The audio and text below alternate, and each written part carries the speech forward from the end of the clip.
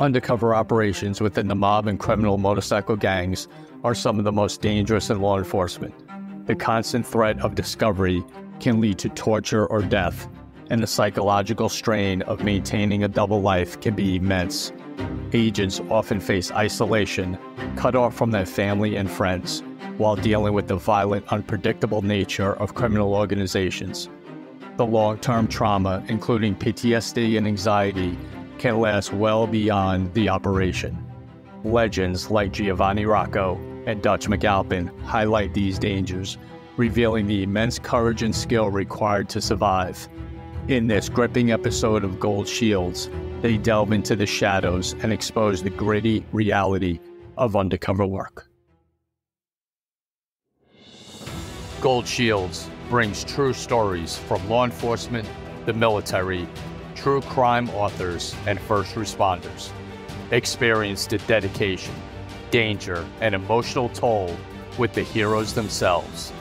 These gripping tales of true crimes, true stories, and true heroes are all here on Gold Shields.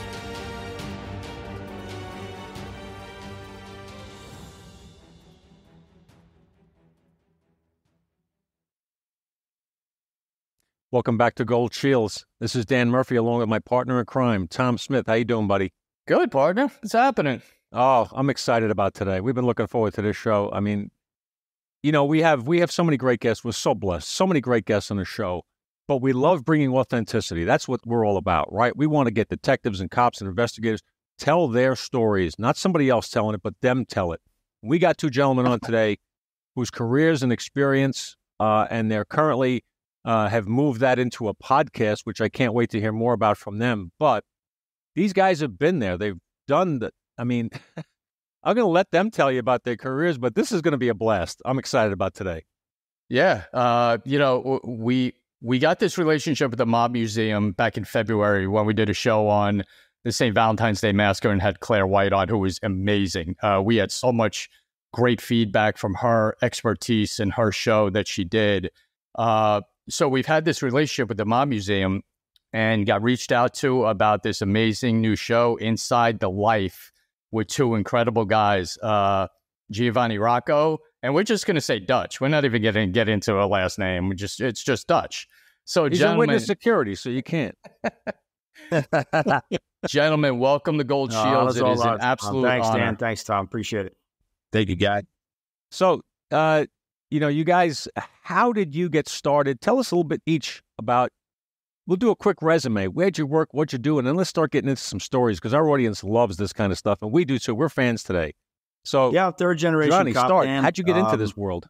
I got into it by accident, like so many other cops. I didn't have much of a choice. I barely made it out of high school. So I had a burning desire when I saw my father and my grandfather and my uncles doing the job as a kid. I started early on in my undercover career, going down the street when there was a chop shop down the street. My old man would send me down on my bicycle to write down license plates and tags, bring it back.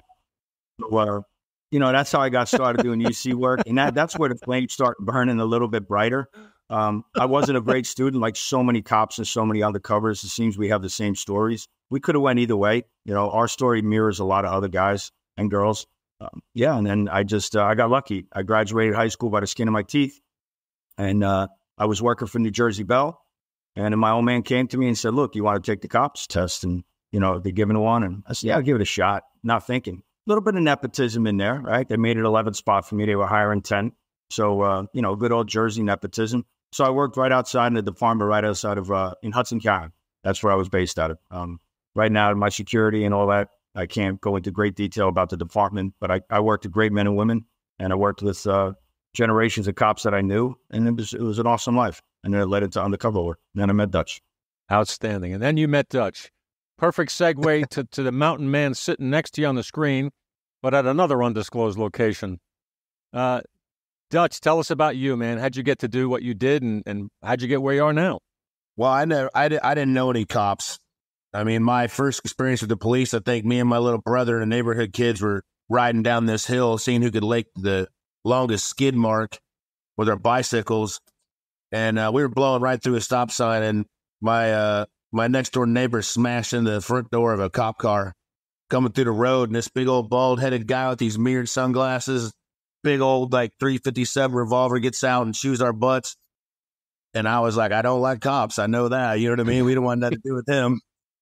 But that was the only copper I ever met. And then, I grew up in a small town in Iowa, not in a metro place, not in a hood or a neighborhood. It was rough. I lived around kind people, good, hardworking, blue collar people. Crime wasn't something I knew or was attracted to. But we moved to a suburb outside of Detroit. My dad lost his job along with a lot of other people at the time. And we moved to an apartment complex. It was, well, to put it in perspective, it was right next door to Kmart. So it was a little rougher community, a lot more diverse. And when I saw police working there, I kind of was like, those guys, I thought they were cool. When they came into the neighborhood, they were getting shit done and things were calming down. And I kind of had a respect for them. I think it kind of got in my head at that time that I wanted to do it. So I kind of just started programming my life toward working in law enforcement. I had this internal drive. I really can't explain where it comes from. You guys being detectives and police officers can probably understand that. I don't know where it comes from, but it's in you, to serve. So in high school, I actually joined the National Guard. They put me through boot camp between my junior and senior year. Went to Fort Benning, Georgia.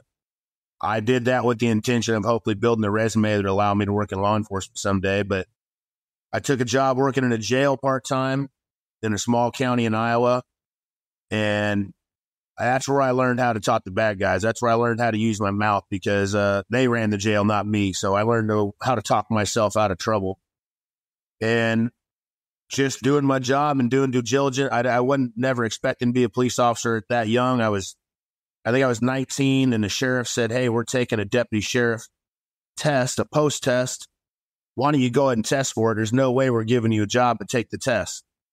So I took the test. I got on the eligibility list with no intention of getting hired. We lost 2 deputies. I think another one maybe got fired or something. All of a sudden they were low man, red line on patrol, and the sheriff calls one day and says, I taught to the Iowa Police Academy. You can't own a gun. You can't buy bullets, but the sheriff's office can own your gun and we can buy your bullets. You're starting the academy next week. So I went through the police academy under 21, came out, worked in rural Iowa as a deputy sheriff, and that was kind of my introduction.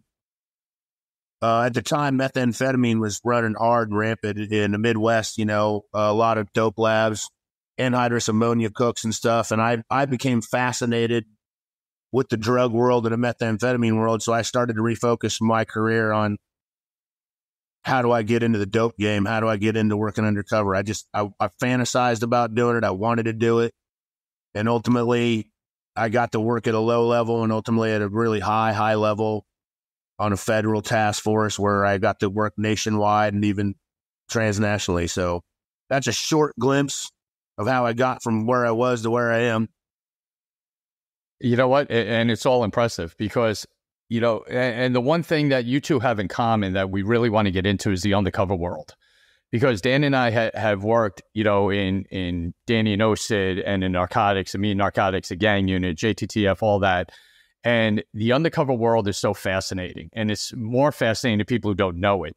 And we always had so much respect for our undercovers, not just undercover, ours, of course, but just in general, because what you need to do is beyond the norm, and the positions you put yourselves in is so dangerous and so life-threatening at times.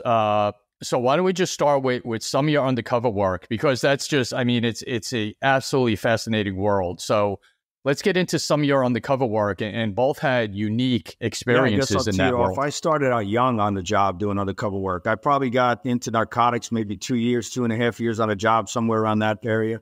I had to earn my way. The one thing my old man told me was, look, I helped you get the job. I'm not helping you. You're on your own from here. And my brother was the same, and my family was always the same. That's what cops do.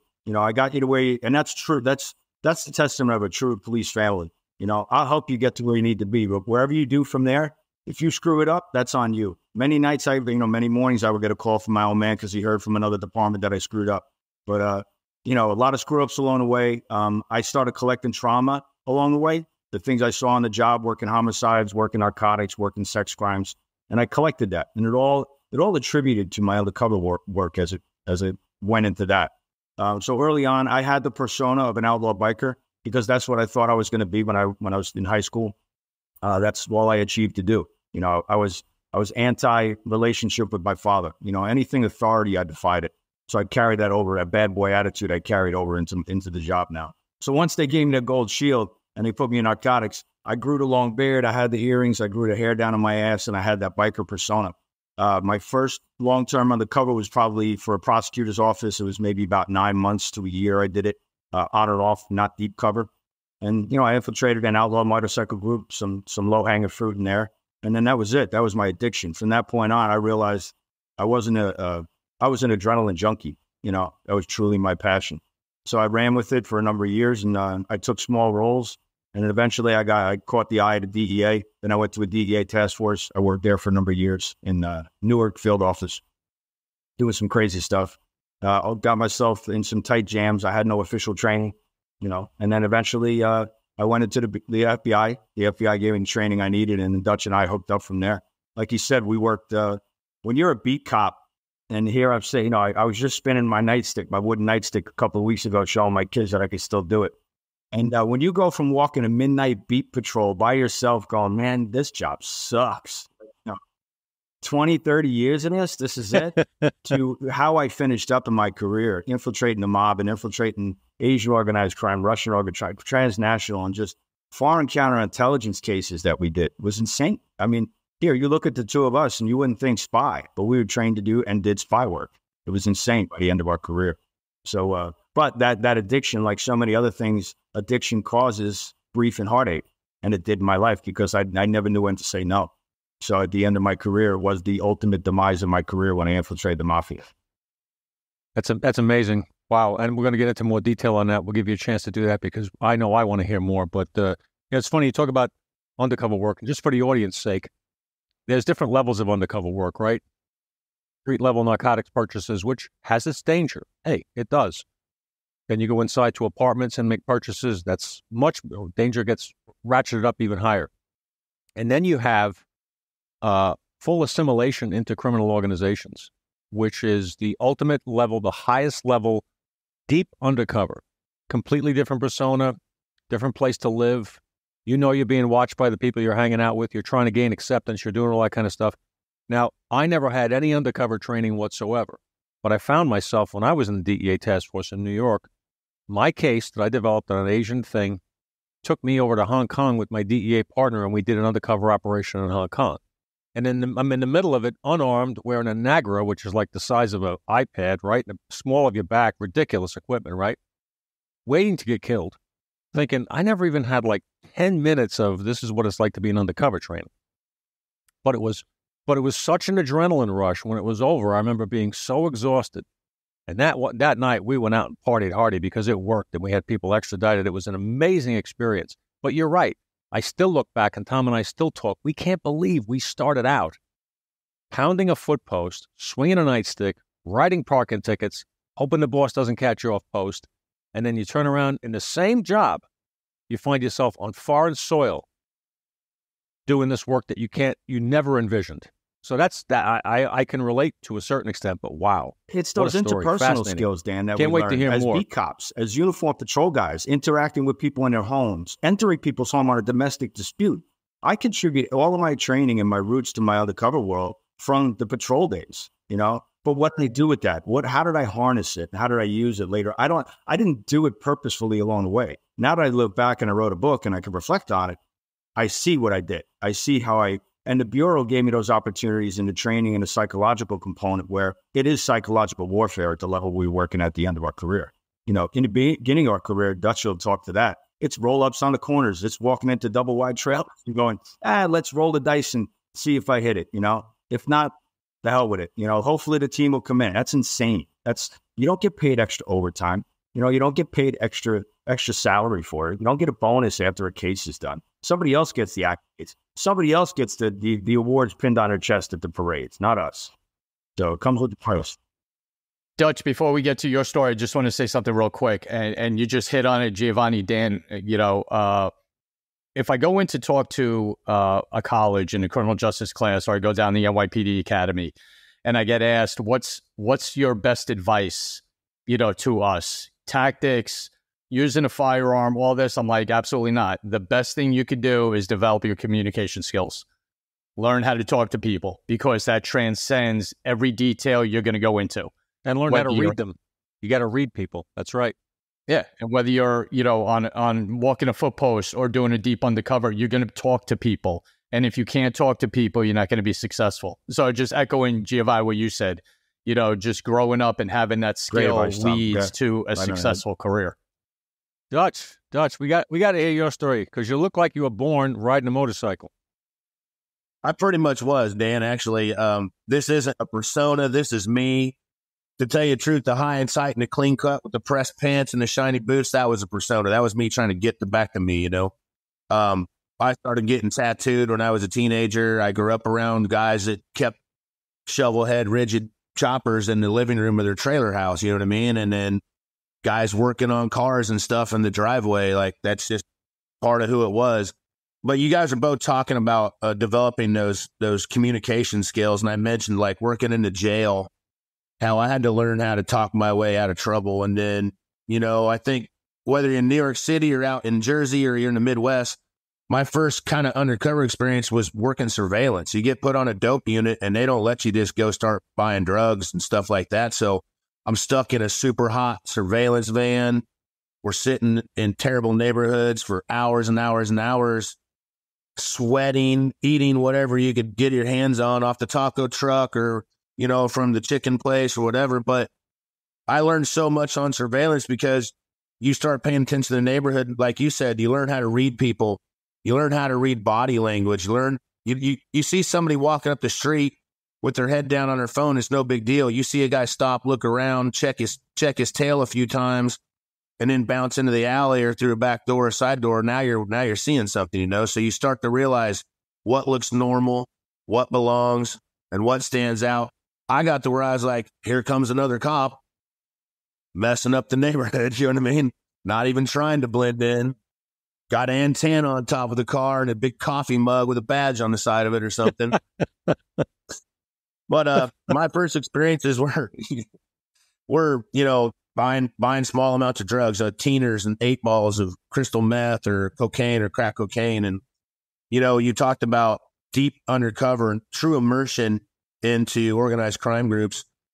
I'm not positive which one was more dangerous, because I'm going to tell you, sometimes going into some of them real sketchy places, even though you're trying to buy $300, $400, $500 worth of dope, I got robbed quite a few times, people yanking money right out of my hand or, even pulling a gun on me. And I'm like, just let them take it, and then being ridiculed later, by your own team. Like, nothing against, our brothers and sisters, but the guy working undercover has to make all the decisions, and the takedown team and the surveillance team can be a little critical. You know what I mean? Like, oh man, that wouldn't have happened if I did that. Or, why is this bump? This ain't even going to test right for dope. There's more inositol in here than cocaine or whatever, but I think you are learning every time that you go into those scenarios. I remember one time I went into a basement apartment that I was buying some crystal meth. I had never been around that much, and I'm sitting in a basement. There's maybe 6 to 8 people in there. They take my money. I assume they're going to go in the back room and get my dope. I didn't know they were going to go 6 blocks, and it was going to take 2 hours for my 8 ball to come back. And meanwhile, everybody in the room's got a glass pipe, and they're cleaning it with a rag, and they're lighting it up. And next thing you know, the whole room's full of crystal meth. And I'm sitting there like, feel like my teeth are tingling. I think my hair's growing. You know what I mean? I realized, like, I'm tasting crystal meth. So as soon as I started to realize that there was guys wearing suit and ties, riding Range Rovers, working undercover, living in flats, I was like, how do I get to there? So, I think we were talking on another podcast, your appearance and how you walk and how you talk helps you be a good undercover. Well, I learned quick that the scariest Dutch is wearing a 3-piece suit. And if he has a nice suit and a long beard and tattoos, he's actually scarier than the dude with the dirty pair of jeans and a pair of work boots. You know what I mean? And just to follow up on something said about the teamwork, surveillance and case agents and supervisors, no matter what your role, we had the sexy dinner and making, going into these places, but surveillance and investigators, the outside, they're just as important as we are, So I speak around a nation or internationally, I encourage people, look, UC might not be your gig, right? You might not have a passion for it. It might be intel. You're the intel collector on the outside. The things you see on the outside, please pay attention to, because that's the golden nuggets in the cases that you might see while we're inside a building and you don't realize it, right? While your undercover goes to a 3-story walk up and you're sitting outside bored out of your mind, waiting for him or her to come out, you're on your phone, especially with social media today. Know your role, stay in and do your part, and have a passion for whatever we're doing, not just watching our ass, because again, it's the integrity we bring to the job. So I encourage everybody to and again, if it's not your thing, it's not your thing, right? You just move on to something, find your niche. I don't care if it's with traffic cop, setting up cones. If that's your niche, that's your niche. This just happened to be ours. In the NYPD, one of the paths to Detective Shield is a narcotics division, and you typically go from patrol, usually a plainclothes anti-crime unit. You've proven yourself, and you're going to get moved on to narcotics. And then you have the undercovers who get brought in to do street buys for the most part, and sometimes they're on the job a year and a half, 2 years. And they're young, and they blend in easy on the street, and some of them are great, and some of them are not so great, and not so great ones don't move on beyond street-level stuff. But when you're in a backup situation, when you're doing buy and bust, when you're supporting an undercover who's doing an inside buy or a case buy, if you're serious about what you do, you're on edge the whole time. You're hyper aware, hyper alert, watching everything where you are. You want to get close, but you can't get too close because there's eyes everywhere in these neighborhoods. And you've got to take that role very seriously. You got to be ready at any minute, and it's happened many times in the NYPD and in other places. You got to run in, you got to grab a ram, run in, boom the door, and get in a gunfight because your undercover is going to get killed. And we've had undercovers killed. I mean, it's sad and tragic. It's risky work. But your job as that backup team, as that investigators, we call them, versus undercovers, you got to be ready, man. You can't be sitting there bored. And I've seen guys, and the boredom can hit you. It's like, oh, well, he's going in, whatever. No. Wake up now, guys, because we know that undercover is trying to dance and tap dance and get out of there as quick as possible. But, these people that do this for a living that make a lot of money, they're not stupid.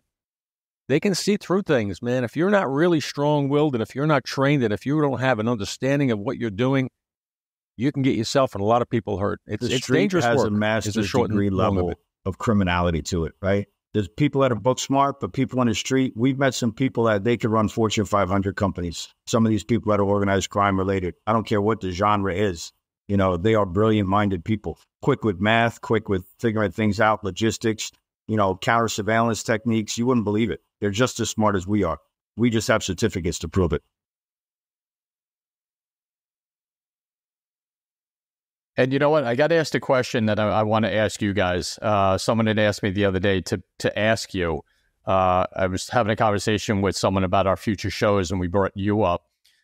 What is, when you're getting ready for a big time undercover op, deep into, like Danny explained and you two have done, what's the prep work? How much time? What do you put into getting ready for whatever role you're going to be put into? I got one, Giovanni, just because it's in the top of my head. And I think that's a really important question. And that's the difference between street level and long-term work. It takes so much time. I worked a case one time. I was going to be introduced by a high-level source who was very tight with this. It was an outlaw club. And I knew that these outlaw clubs they'd had T3 wiretaps done on them multiple times. They'd had search warrants done on them. They'd been infiltrated by undercover multiple times.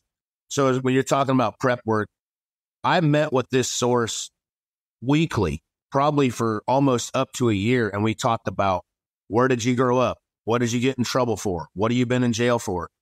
I was working a case in California. He lived in upstate New York. I would actually fly to upstate New York, spend the night in the community that he lived in, get another ticket from upstate New York to California, just so everything lined up. You know what I'm saying? I had an airline ticket saying I was coming from where I said I was coming from.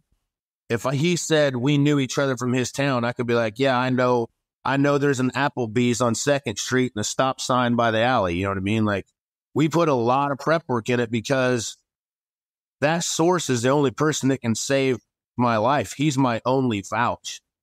he's the only person that has any say in that deal. And so prep work, I think, starts with making sure that I would tell that guy every time you taught these guys, mention Dutch, mention Dutch, mention Dutch. They've never met Dutch, but they've heard Dutch's name so many times. By the time that I physically walk in, they're like, oh, of course that's Dutch. Just like you guys said, like, yeah, you look like a Dutch. You know what I mean? The prep work matters. If you're going to do long-term deep cover stuff, the prep work is essential.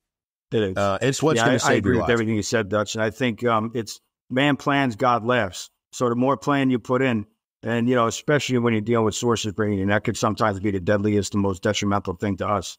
Because here you have a legend and you have a story you came up with the source. And now you didn't know the source told the bad guys that he did time in prison with you, you know, in a particular prison. They could destroy you in a New York second. So you have to be real careful. And you have to have the mental fortitude to pivot on a dime. You know, you have to control. There's so many moving parts. I always describe it.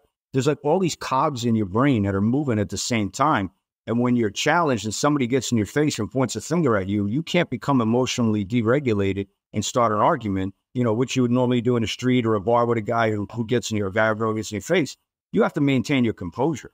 While all these other things are spinning on your head, where's my escape? How am I getting out? How am I neutralizing this? How am I going to talk my way out? How am I going to get the signal out there if I have backup? We worked at a level sometimes, especially when I was in Vegas, I didn't have a lot of backup teams. You know, when you do deep cover work, you don't have a rescue team on the outside at all times with a SWAT team who's going to come in and rescue you. You need to fight with your mouth and then fight with your hands, and you better be able to. It's a come to Jesus moment, you know. So you have to plan for success. You have to know your targets. You have to be real careful that you're not mirroring your targets, right? I'm not giving away tradecraft. It's anything. This isn't. You could be a CEO of a major company and have the same characteristics that I'm talking about. You have to know who you're talking to and who you're doing business with. And again, in the later part of my career, I was called down to the undercover unit, and we were infiltrating the Black Panthers, and they had a whole plan. They were going to come up with a black undercover.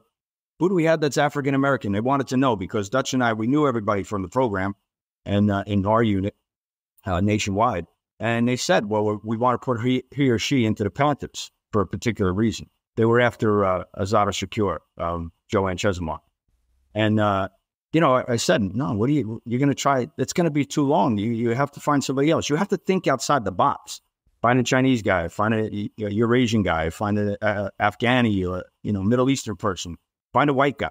And then they go, yeah, that's a good idea. Have swag, have this, have that. And at the same time, I had just finished up a case where I was bringing in with other undercovers from the Bureau, everything on Canal Street, all the counterfeit knockoff stuff, we were bringing in by the container.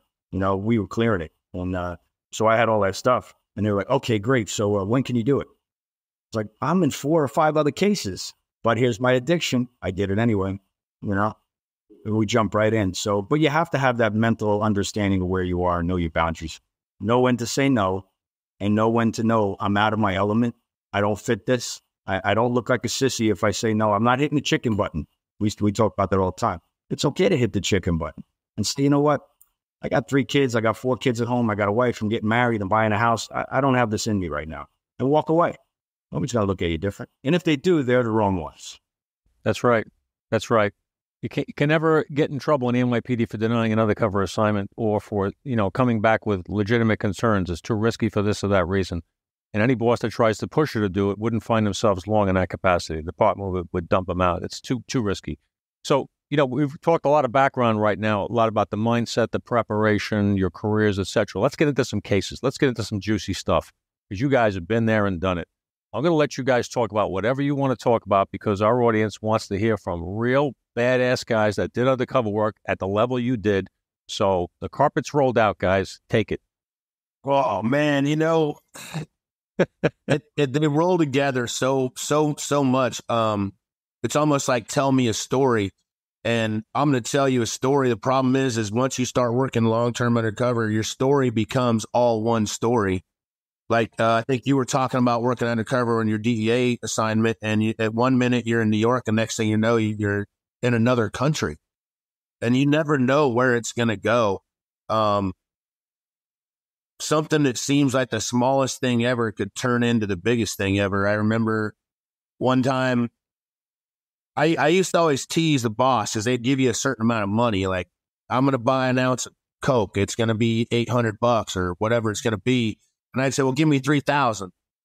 Like, what do you mean? Why you need 3,000? I said, well, what if they got something else that they want to sell? Like, what do you mean? I'm like, what if they got a rocket launcher or a kid? Then I can buy it. You know what I mean? Like, I'm not going to walk out. If I can go in there and I'm get an ounce of Coke, why don't I walk out with something else? What if there's the unimaginable in there, you know? And so one time, I can't really, because of national security stuff, I can't talk about all of it, but they were sending me into what should have been a real simple skinhead case. And these guys were going around the country, and these particular kind of band of people were going around like different Walmarts, and they would go and they'd get these big flat screen TVs, right? And then they would basically steal them from these department stores, and they were selling them on the street. So I'm like, I don't want to go buy flat screen TVs. Like, I'm a badass undercover. I don't need to worry about buying big screen TVs. You know what I mean? But because your boss knows your ego gets to you sometimes, he's like, we're going to do some street level stuff, some community interest work. So you're going to do this. So we end up getting this guy with the stolen flat screen TV, and we flip, and it turns out he says, hey, I got a guy that wants to trade me machine guns for flat screen TVs. I'm like, yeah, right. Bullshit. He gets his phone out, shows me a picture, standing in the trunk of a car. There's full automatic M4s in the trunk of this car. Now, I don't know if this is true or not, or how this all came about, but these guys hit a Connex container and accidentally got a hold of a bunch of machine guns. And had we not been paying attention and not taking this guy seriously, you know, just buying flat screen TVs, we never would have found out about the rest of this stuff, you know.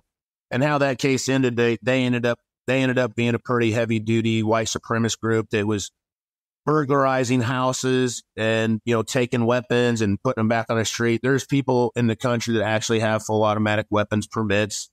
They have silencers permits. Those weapons are accessible, and generally they're pretty protected. But these guys were hitting houses blindly, and sometimes they were getting lucky and taking really serious weapons and bringing them to the street. And so that I think that was a really interesting story. It's not a shoot 'em up bad guy story, but I think it kind of puts into perspective law enforcement, whether you're working in uniform or working undercover. What starts as a traffic stop might turn into a kidnapped kid or a meth lab or something crazy. And undercover work is even more likely for that to happen. You know, it's even wilder what could happen while you're working and undercover. some of the hardest cases, look, we put a lot of bad guys in prison and jail and had arrested around the world, literally, and worked with other countries, putting their bad guys in jail. But here on our soil, the hardest part sometimes for me was putting cops in jail. You know, I putting your own brothers and sisters away. But I drew a very hard line in the sand. Dirty cop goes to jail. End of story. Dirty cop doesn't wear the same badge I do. They deserve every bit. They should go to life in prison. But I was dealing with guys, NYPD guys, and I was dealing with them for a while. I was paying them for their badges, not for their talent, for their badges and their guns. And they were moving product for me for a number of months. And I kept meeting them in the malls and doing, giving them new tasks, and they were helping me commit crimes and low-level stuff like moving stolen swag or whatever it was. And then we started moving some dope, and I was paying them as protection and guards.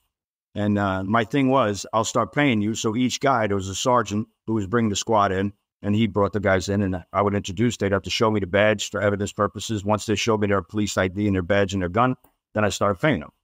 Well, they brought another guy in at another meeting, and he couldn't make it. So I started laying out the ground rules and what the rules are, and I'm looking at him. I said, you understand? You understand what I'm saying? And he's looking at me, just blank stare. And he's looking at his sergeant, looking over him, looking at me. I said, you got to say something, buddy. You got to acknowledge me, because I'm trying to get him on tape, on audio tape. You got to say something, bud. Turns out he doesn't even speak English. They weren't cops. They had NYPD badges. They had guns. I was committing crimes with them for months. They were committing crimes for me. And I thought, and with the FBI, we did in the Bureau, we thought they were police officers. We thought they were dirty cops. Turned out the whole time they were not. So here I was, outgunned, outbadged, And then I said, what's up? And he says, oh, he doesn't speak English. I'll translate for you. And what am I going to say? Am I going to argue with that? And I'm going to say, what do you mean he doesn't speak English? You have to speak English. A bad guy plays dumb. So I don't care. I don't care what language you speak, as long as he understands my rules and he acknowledges me, so you never know what you're going to walk into. And there's years and years of stories. I have 30 years worth of stories, but that's just one where it's like, what the hell? You don't even know. Like you said, there's a kid in the back room, and they're selling kids out of that house. You don't know what you're walking into. I just came here to buy a weapon. I just came here to meet somebody to commit some, white collar offenses, and you have kids in the back room. You never know what you're walking into. I came in, and some of the hardest things we did was we came in for bona fides because we're cops. And again, I'm not saying anything that any of the federal agencies wouldn't say and sing our praises about. Cops have a way, we have a stink on us, because of the horrible things we've seen and the crime scenes and the homicides and the rapes and the murders for hires that we witnessed. If we become callous. So we can ooze that, we can transition that onto our targets, and they can see that and they feel the same thing. But you have to be real careful not to turn it on too hard. So it's definitely a ballet. It's a fine dance. You never know what you're going to walk into. In the darkest of nights, you need a light you can trust. That's why we rely on Streamlight. Whether you're investigating a scene, navigating through uncharted territory, or just need a dependable flashlight for those unexpected moments, Streamlight is your go-to source. With over 45 years of innovation, Streamlight crafts rugged, high-performance flashlights that can withstand the toughest conditions. From tactical torches for law enforcement to everyday carry lights, Streamlight has you covered. Join the Streamlight community today and see why professionals trust Streamlight for their lighting needs. Visit Streamlight.com to find your perfect light. Streamlight, lighting your way through the shadows. So that was an amazing point that both of you brought up, and it's so true. Whether it be on patrol, whether it be a car stop, you don't know what you're walking into or who you're dealing with. Unless you really know them, and the chances are good you don't know what they're capable of or what else it is that they're involved in. Every case I've ever done, and I spent years doing federal RICO cases in the Southern and Eastern District in New York, even one out of Virginia, and you think you got a guy. I got a guy for, moving heroin from Thailand, and I got him good. You sit him in, he comes in and does his queen for a day, proffers. Next thing you know, your hand is hurting from writing about all the shootings, homicides, robberies, and stuff that this guy's been involved in, and you got to act like you knew all about it to begin with. And one guy told me, I know you know this already, but I did this. I'm like, yeah, I knew it. I had no clue. It was a big press case. No clue. I mean, that's what happens. I mean, you stumble into criminals are career criminals. This is all they do. They're not waiting around and wait for you to come buy $800 worth of coke from them.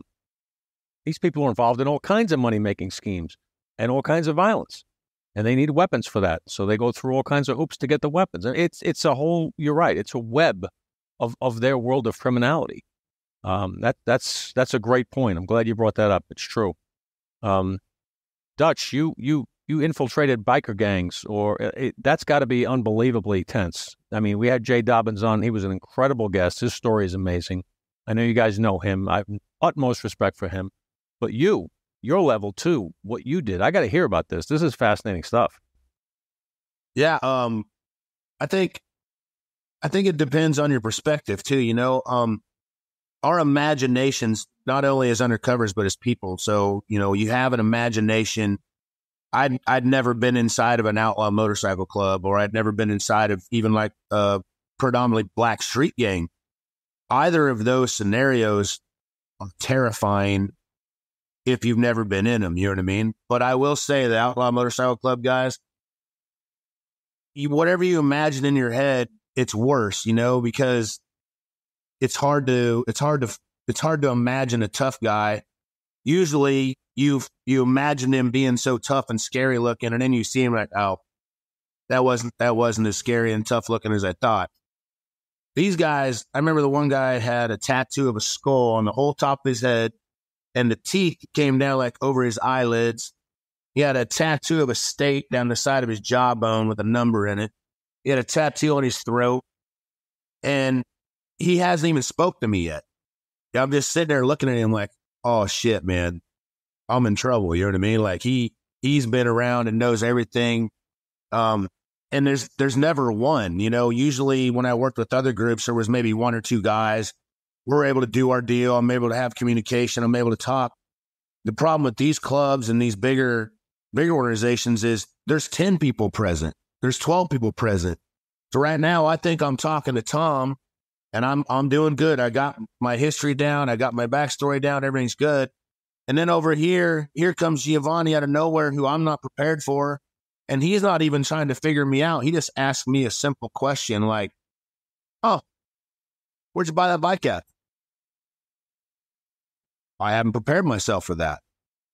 He wasn't even trying to get me. He wasn't trying to interrogate me. He's just asking a simple question. You know what I mean? So now I've lost my train of thought. I think I'm doing so well. And suddenly it's kind of like saying, where'd you go to high school? Well, you always know where you went to high school. You always know where you were born. You always know what year you were born. Well, now you got 3 different names, 3 different dates of birth, 3 different social securities, 3 different work histories. But I never thought about where I bought the bike at. So you got to come up with a story, and it's easy to do. I don't know. I got it from a fucking neighbor up there or wherever. But instead, your mind gets overwhelmed. Like he's going to know. He knows something. He knows something. And while you're pausing, thinking about an answer, instead of 2 guys you're trying to impress, there's 6, 8, 10 guys because they're all part of the club just sitting around like, well, where'd you get it? You know, and they're all scary looking dudes, you know. This one particular place, they had taken over like an old hotel. You remember the hotels where you like park in front of the door to walk into your room? This thing had been turned into like an apartment complex, right? They got a security gate out front that closes. So when you pull up, you got to like push the button and it ain't it's not an answering service. There's some dude are like, yeah.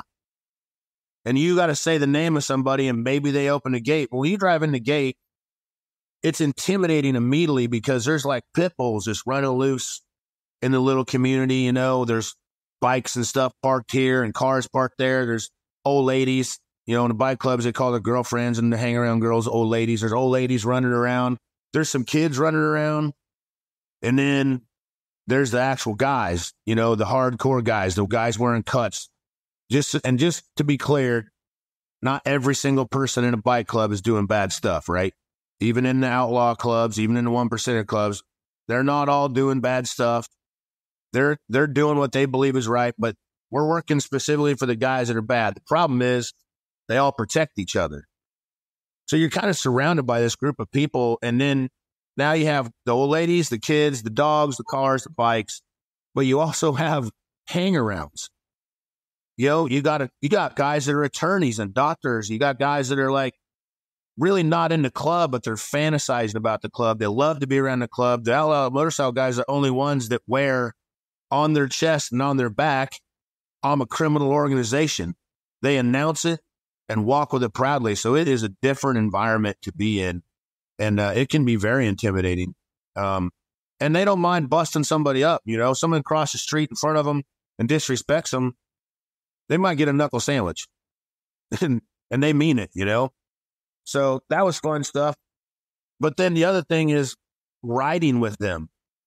I was so excited. You know, the feds gave me a really hopped up motorcycle. I stripped the fender off. I made it look cool.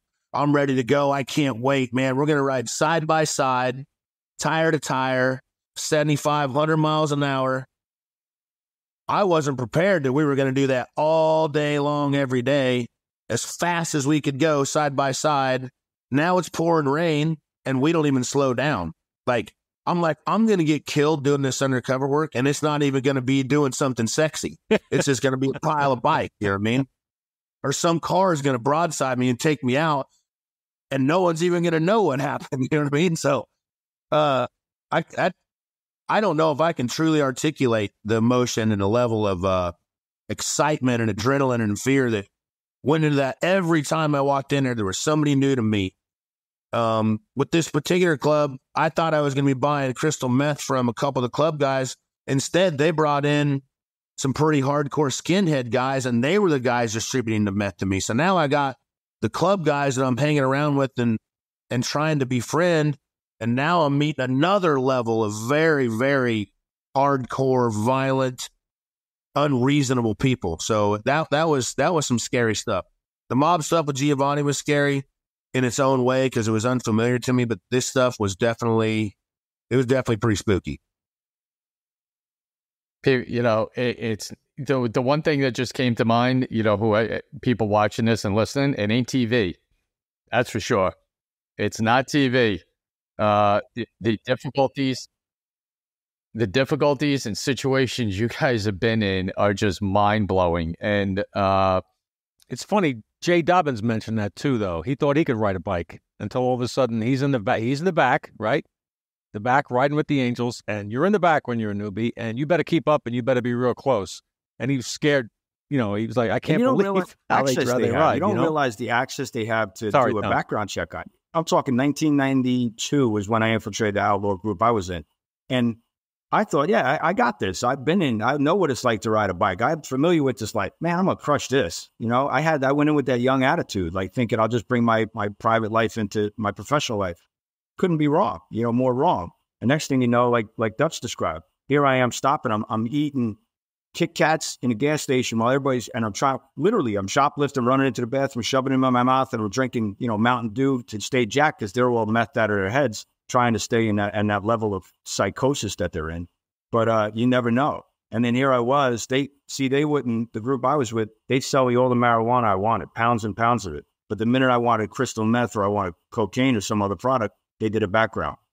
I had to give my license. And I'm talking 1992. I went to Times Square and I got my license from the basement of one of them little shops there. And I bought it for $20. I didn't go to the government to give me a license. It's Cot Prasad. I bought it off of what we now know as Al Qaeda or ISIS, right? When these guys sold me this license, I made this shit up and I got this license. I thought, man, I'm good, man. I'm solid. I got a Florida license. Think about it. I'm a cop. I'm a Jersey cop. I got a Florida license, man. I'm gonna play a TV movie star, right? And then next thing you know, I'm getting surveilled by these two dudes. DEA guys in my unit's calling me saying, hey, man, you got a Cadillac following you with two bookends. And I look in my rear view and you couldn't fit an envelope in between these two guys, did you? Over the shoulder, riding a Cadillac following me. So I call the DEA agent. I'm like, what do I do? Like, I'm a young kid. He's like, just keep driving till you lose them. You never know. And then sometimes you don't even know the danger you're in. I did a case with the white supremacists, and I'm going to use the name Goose. And these 8 guys showed up, and here I was. The case agent says to me, I see Dutch smiling already. So the case agent, I come in as bona fides, and it's me, my guy who was my mentor, my rabbi in the National Covert Unit who brought me in. And I got 2 analysts because they're good looking. They had attributes, right? So we used them. They had no official training. This is going to be low hanging fruit, the ground ball. So the case agent says, listen, these guys, they're the heads of these groups across the nation. They're the hardest white supremacists there is. They got tattoos in their lips and their eyelids and their face, and they just do not get caught staring at them. They have a hair trigger. They'll go off like nothing. So I'm in Atlantic City. I'm in the Roomba Lounge in the Trop, and these guys show up. They multiply like gremlins.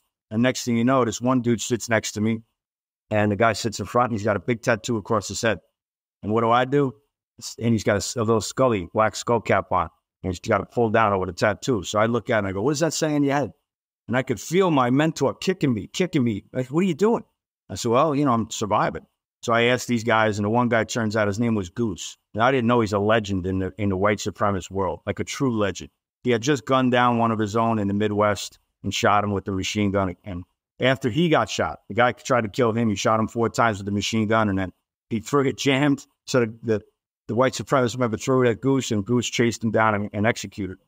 So I come back and I connected with Dutch like 2 days later and say, hey, what do you got going on? I told him the story. And he said, wait a minute, Goose? And he sends a picture of him. And I had no idea who this guy was, right? He was a murdering mayhem type of person across the nation where, and they were connected to an outlaw group in South Philly. So, you had this, you never know who you're walking into. Again, it's that same story. So the adrenaline dump of, oh shit, now I got to go back and meet this guy. Now Dutch told me who he is. And for Dutch to have that type of reaction, like, holy shit, G, you just sat down with so-and-so. You sat down with Goose? Like, dude, that guy's a legend in that world. Like, not that he was impressed. He knew the level of danger that I was putting myself in. Because I wasn't a white supremacist. I had all my hardware on. I had my pinky rings, my gold chains, my button shirts, my $200 shirts on. That's how I was doing my meetings with these guys, So I wasn't a white supremacist. So now you got to go back in, knowing all of this about these guys. And you have to have, again, it's that mental keenness that you have to have. So, I think the whole world knows about the Sopranos TV show, right? The fictitious family in New Jersey, the Soprano crime family, which is based on a real family, And yeah, I I'd think like to say we you guys do. know them Yeah. well, don't you? I knew, while The Sopranos is up, I think they emulated all 5 families, right? There's a little bit of every family. You can't say that it's based on one particular family, but when you start to do the comparisons, and again, the old surveillance tapes that the FBI have when The Sopranos first came out, there's 2 made to Cavalcante, after the premiere hit HBO, and they made a recording in a car bug. And the guys were like, "Hey, did you watch that show last night?" You can listen to it online. It's pretty hysterical. And he's like, "Hey, that's us." So they're even affirming like it's, the whole Jersey thing with. So the Sopranos family is the Cavalcante crime family. And the Cavalcante crime family worked very close with the Gambino crime family, who is also John Sack's family in the Sopranos series. I knew it well before I ultimately infiltrated them. I did a lot of surveillance on them over decades during my course of work in organized crime cases as a young case agent and a surveillance guy doing funerals, John Gotti's funeral, watching John Gotti, and watching all the 5 families. So I knew them intimately. I knew the Rivera Club. I was very intimate with that from doing surveillance on that for a number of years. And then the opportunity came where I was called to go into a drug deal down Atlantic City on a Sunday night. And I went down there, and it turned out there were some low-hanging associates within the decavs. And one thing led to another. And one drug deal turned into almost 3 years of my life infiltrating them to the point where it was successful enough where the Bureau let us run with it. And I was running. Eventually, it led to me running my own crew, answering to a capo, sending messages between 4 of the major 5 families. So, including the decavs, it was 5. And then, it was insane. It was a wild ride. That's incredible. So before we get into what you're doing now and this very successful show you got, I want to follow up with a question I asked both of you earlier about the prep work going into your operation. So now it's done. Is there a download that you need to do to kind of come back to neutral after such an intensive operation that you guys have been in? The adrenaline dump, that's crazy. The adrenaline dump is insane, right? And I'll just give you a quick. The worst one I ever had was Asian organized crime. I was out there as bona fides, and when I got there, the case agents gave me 4 episodes of Nat Geo to watch, to do intel on these guys, to show me how dangerous these guys were, because they were going to torture or kill the undercover that was the main undercover in that case. And they knew it, so I was sent there with another undercover for bona fides and to try to thwart those efforts. And I was in the Ritz-Carlton out in San Francisco, and I'm trying to get ready for an event, and I had to wear a suit and tie. And I go to put the tie on, and I am a very well veteran undercover at this point. And I'm working all these cases, and I've done all these things, and all of a sudden I just realized, again, I added my kids to this, I added my family, my relationship with my wife, and I had this come to Jesus moment, like I had a panic attack. I realized, man, this is not cool. Like, this is going to be very bad. And it went, I didn't wear a tie. I went with the open, that looked at that East Coast gangster New York look, because I wanted to set the tone for myself. And I was really nervous. My heart was racing. I couldn't control myself. I tried doing my breath work, and we go downstairs into the valet for the front of the Ritz-Carlton. And I walk outside with the 2 undercovers. Our car pulls up, and it was a car service from the hotel. And Dave Chappelle gets out, and he was in the car right before us. So I'm not throwing Dave under the bus. And there was a big cloud of, it could have been from the passenger before him. So there was a big cloud of marijuana smoke inside the car. And it was like you walked into a bong, and I'm retired now, so I'll say it. When I walked in that car, I couldn't close those doors fast enough. And I was like a fish out of water, sucking in everything, doing everything I could just to calm myself down. I say it as a joke, but that's the level of stress that I had going at that point. And, but you got to maintain your composure and then get to work. Yeah, Tom, you're talking about that shutdown, and that really is hard to do. I used to have to go see I called him the PTSD timeout therapist, right? We all had to take a turn in that room talking to the doctor. And usually she's talking to people that have just shot somebody that have been in an officer-involved shooting or, something that's very physically violent. And I would be in there talking to her, and she would say, "You don't understand, Dutch. Most guys go through these levels of adrenaline, and it lasts, seconds. A shootout doesn't last very long. It lasts seconds, or car chase lasts, a few minutes, and these things can be intense. He's like, but the things that you guys are going through are lasting for days and hours and weeks and months. Because even when you leave, even like when we work undercover, we don't get to hang out with the cops anymore. We don't get to go talk to our buddies. We don't get to decompress with you guys and the people that can understand this. Instead, we go back to the Super 8 and we sit in a room by ourselves, just kind of going over in your head how scary that was and how much adrenaline that was. And then you try to lay your head down and go to sleep, knowing you're going to wake up the next day and do it again.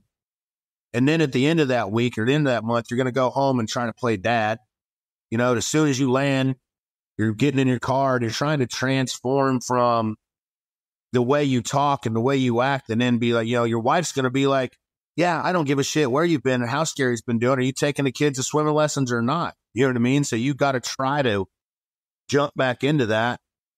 And then they go to bed and you did everything you're supposed to do as a dad and a husband if you're good at it. Not me. I wasn't very good at it. So that's why I'm not married anymore.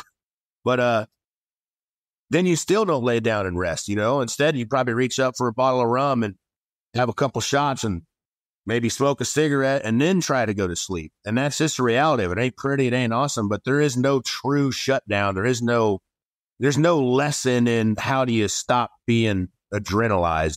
It's just something that happens. You mature over time and you learn how to turn that switch off and be healthy and go to the gym and change your mindset. But for years, it's hard to shut it down. That is probably one of the hardest things to do. And Dutch touched on that. You're alone. Sometimes you don't get the, beta stop is over. I got to fly back east and I got to go home to, Midwest wherever he was at the time. And you have to stay in a hotel. You have to stay in your apartment. You have to stay in your asset by yourself and not break role.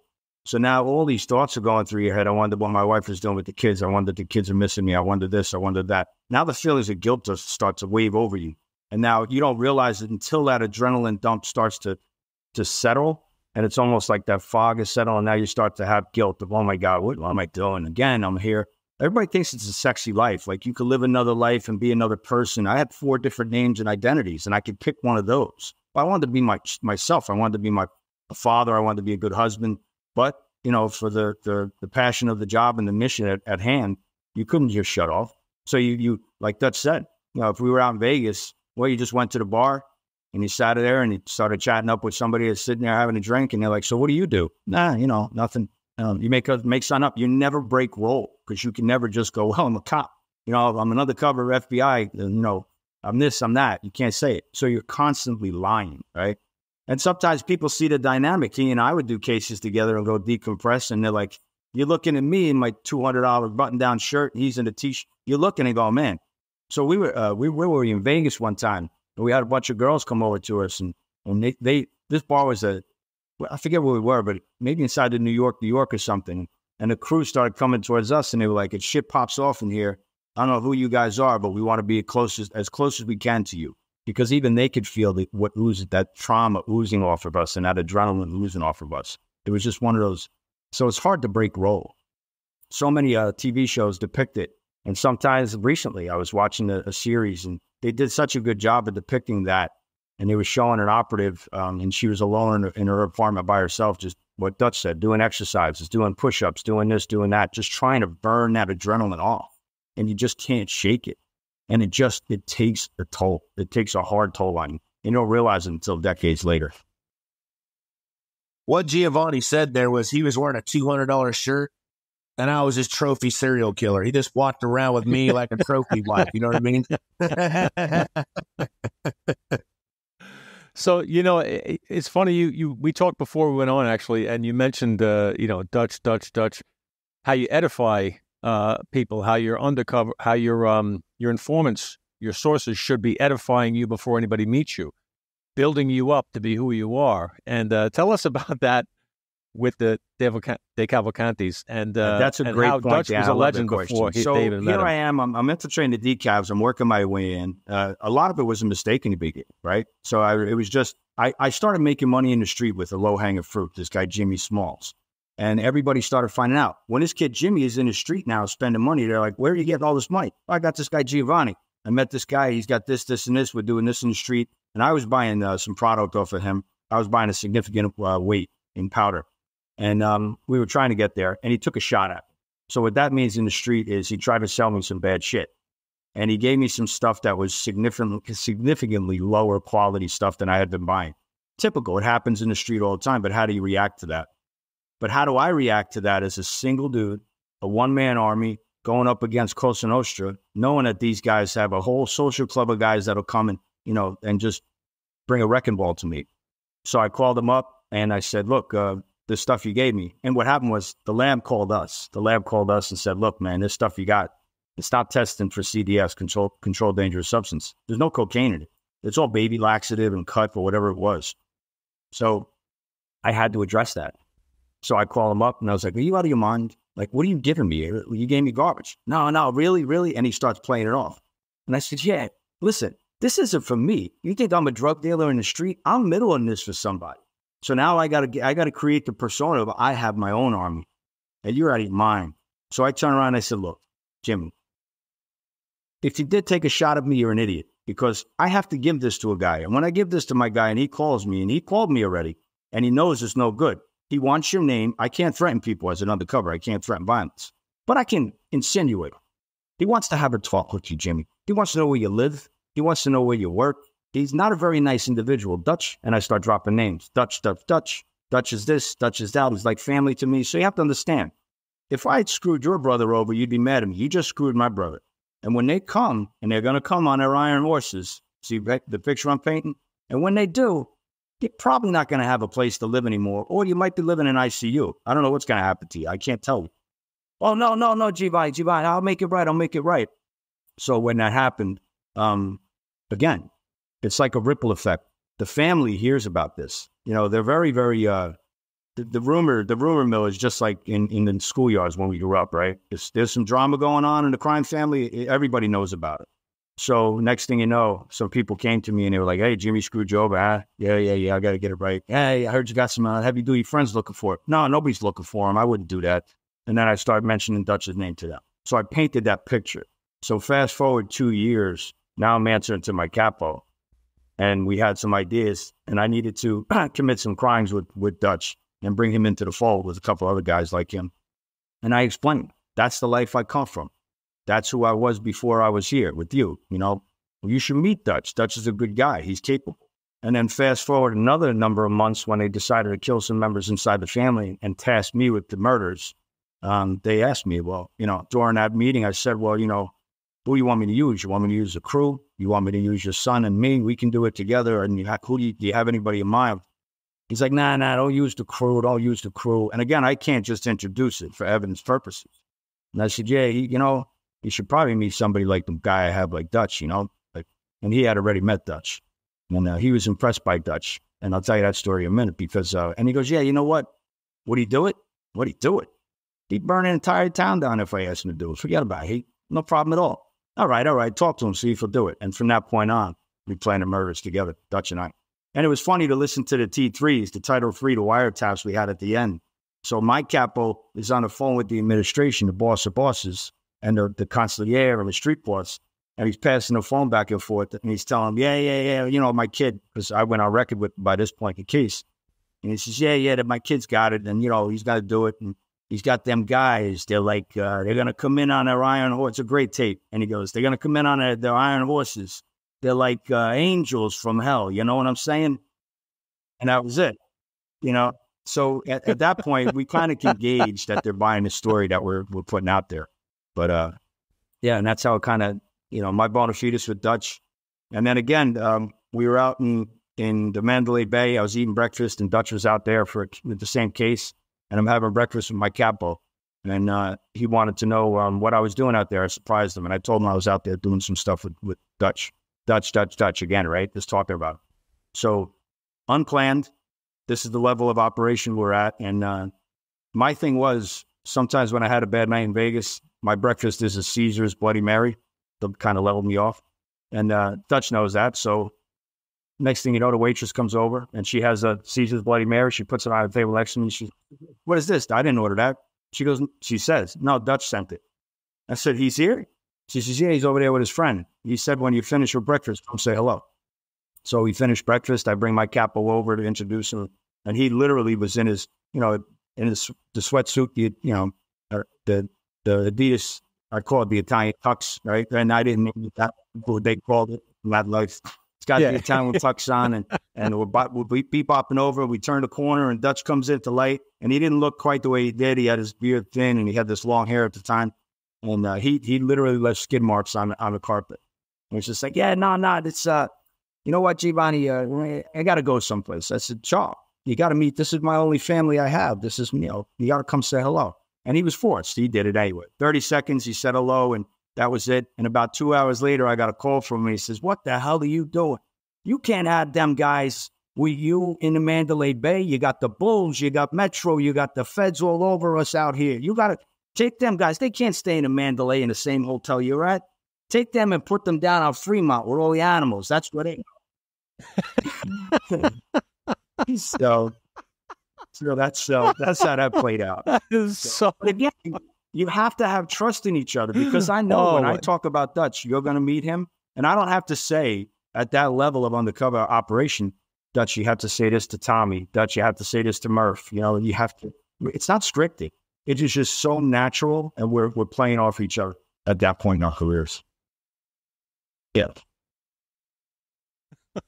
So Dutch was basically Kaiser Sose. And again, in Dutch, I'll let you tell, but I was his Kaiser Sose, believe it or not, from time to time.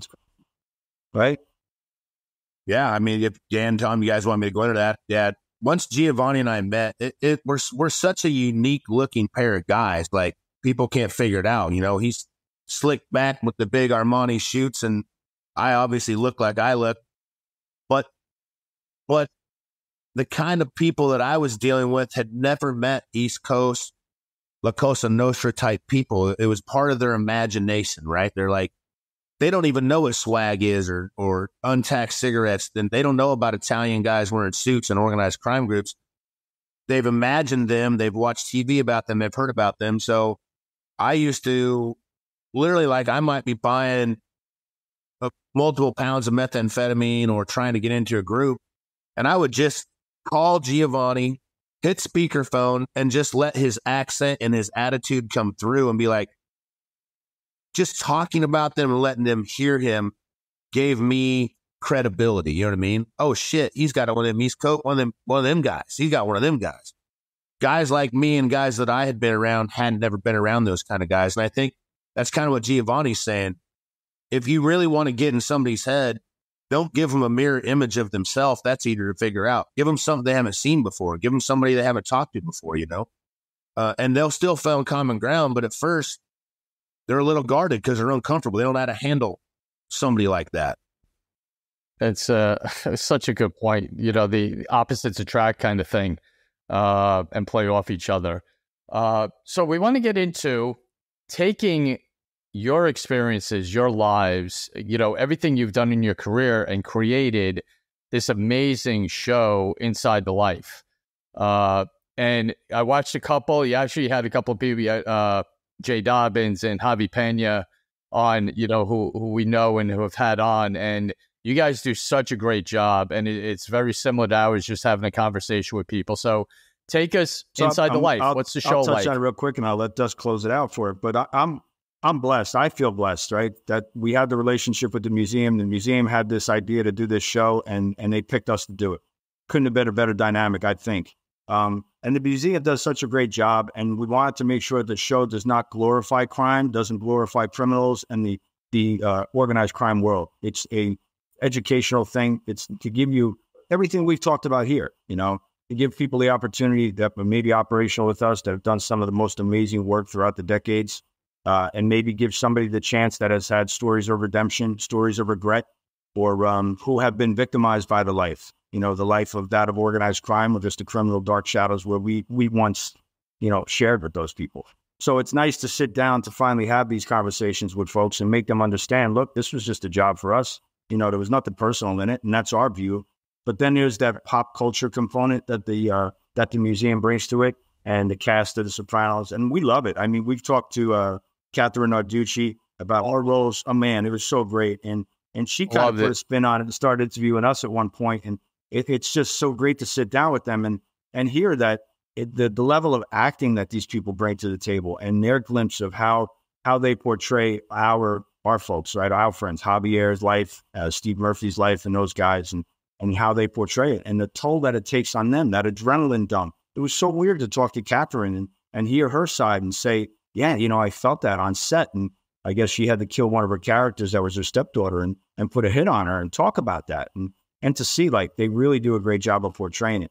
But that educational component that the museum brings, the Mob Museum in Las Vegas, it's the Museum of Organized Crime, but also now it's the Museum of Law Enforcement. So it does a great job of that balance of both. And it has that, to be able to walk through and see some of the things that we're talking about and see the artifacts. It's pretty awesome. And I'm humbled by it. Yeah. And Tom, there was something I wasn't prepared for. For the last 8 years, I've been living in a community where I have never told anybody what I used to do.